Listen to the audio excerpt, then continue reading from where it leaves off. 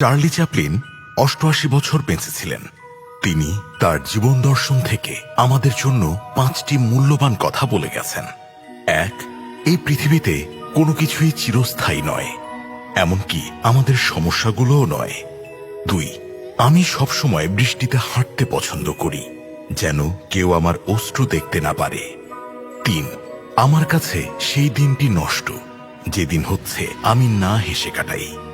৪, ৬টি উত্তম পথ্য হচ্ছে সূর্য, এক্সারসাইজ, ডায়েট, সেলফ রেসপেক্ট এবং বন্ধু। তাদের সাথে থাকুন, দেখবেন জীবন সুন্দর। ৫, তুমি যদি চাঁদকে দেখো তবে তুমি সৃষ্টিকর্তার সৌন্দর্য দেখতে পাবে। যদি তুমি সূর্যকে দেখো তবে তুমি সৃষ্টিকর্তার শক্তিকে দেখতে পাবে। আর তুমি যদি আয়নার দিকে তাকাও তবে তুমি সৃষ্টিকর্তার সর্বশ্রেষ্ঠ সৃষ্টিকে দেখতে পাবে। জীবন কেবলমাত্র একটি সফর। আজকে জীবন আছে, কাল নাও থাকতে পারে। সৃষ্টিকর্তার উপর বিশ্বাস রাখুন এবং জীবনটাকে উপভোগ করুন।